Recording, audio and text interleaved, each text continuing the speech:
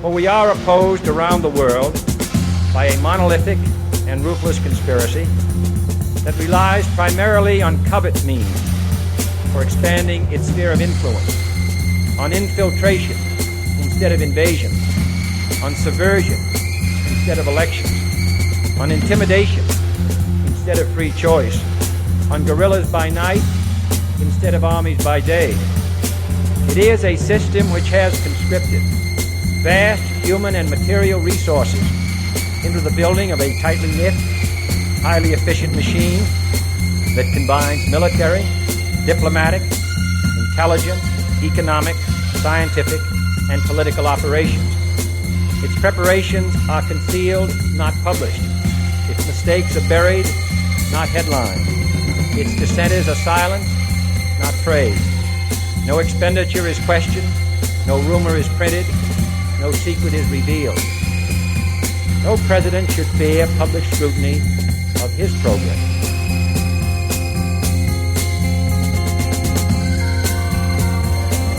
We have before us the opportunity to forge for ourselves and for future generations a new world order, a world where the rule of law, not the law of the jungle, governs the conduct of nations. You were both in skull and bone of the secret society. It's so secret we can't talk about it. What does that mean for America? It looks like one of those scenes of an old building being purposely dynamited and blown up. I think there may have been a massive piece of money laundering committed by a major government which ought to know better. My lords, it starts in April and May of 2009 with the alleged transfer to the United Kingdom, to the HSBC, of a sum of $50 trillion. And 7 days later, ping, in comes another $50 trillion to the HSBC, and then 3 weeks later, another $50 trillion. So, in conclusion, ladies and gentlemen, a new world is emerging. It is a new world order with significantly different and radically new challenges for the future. What exactly is the difference between organic and non-organic, or organic and natural? So, to answer those questions, here we go. Natural simply means, well, nothing. Yeah, natural is not regulated. It has no legal meaning, no technical meaning. In fact, anybody can say their product is natural regardless of where it comes from or how it's made. In fact, the food manufacturers insist that they can say anything that comes from planet Earth is natural. So they could say that, like, mercury cookies would be natural because they mine the mercury out of the earth, and the earth is natural, and therefore mercury cookies are natural. So they can say anything is natural, even some highly processed refined food laced with toxic artificial sweeteners, synthetic chemicals, GMOs.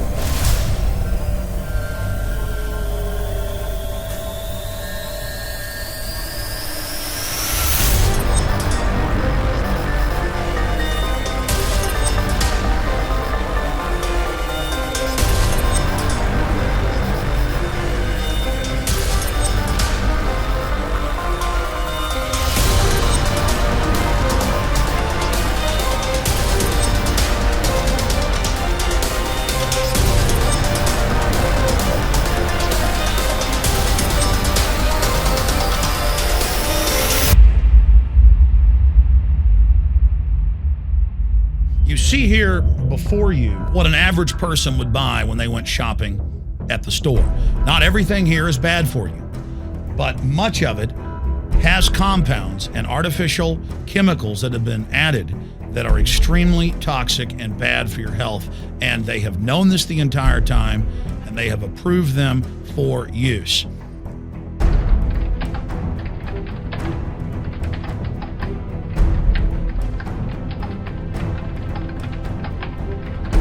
Leave Chile right now. Leave Chile.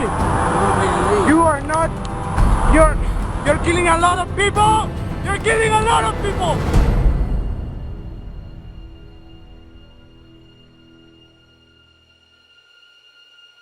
What is aspartame? It is the fecal matter of the E. coli bacteria. They took it and genetically engineered it.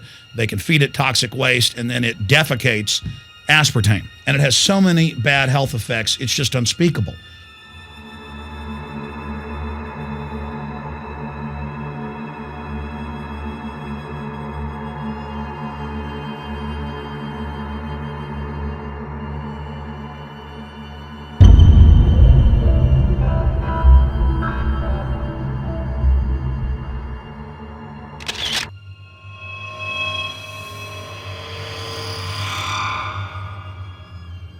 In the Nuremberg trials, it came out that the Nazis were adding sodium fluoride to the water supply in the labor camps and death camps to make the population more docile and controllable. There had been hundreds of university studies before Hitler even came to power. This is a form of forced medication.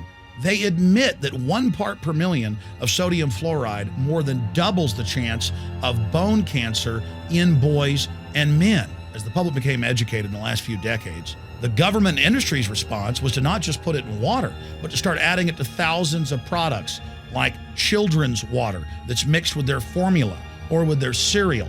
They started adding as much as 900 parts per million in things like powdered eggs. It causes reductions in IQ. It increases sterility or lack of fertility. And it's being added to so many of the daily staples that we consume.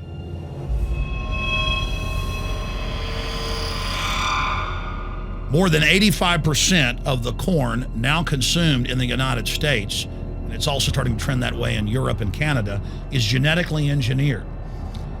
It grows its own pesticide within the corn kernels so that insects won't eat it. If the insects can't eat this and live, what do you think is going to happen when lab rats or humans eat it? We have literally hundreds of studies showing that not just Monsanto's, but other major GMO companies' corn, that's the majority of corn we're now eating today in the United States, has been linked to organ failure in lab animals. The studies also show massive increases in sterility in rats and guinea pigs that are fed not just GMO corn, but GMO cotton seeds.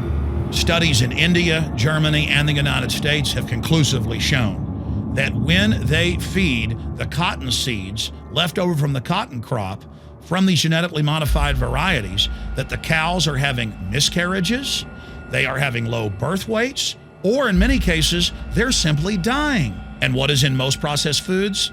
Genetically modified cottonseed oil. This is the big secret. We live in a scientific dictatorship, and the United States and England are the epicenter of this, and it's expanding worldwide. Remember all the secret testing, all the secret sterilization that went on in the United States and Europe. Remember what Hitler did. He learned all of that from the eugenicist and the Rockefeller family in the United States. This is a culture of death being pushed on you and your family. And even if you think the world is overpopulated, you need to understand that you're being targeted by this as well. Targeted by design.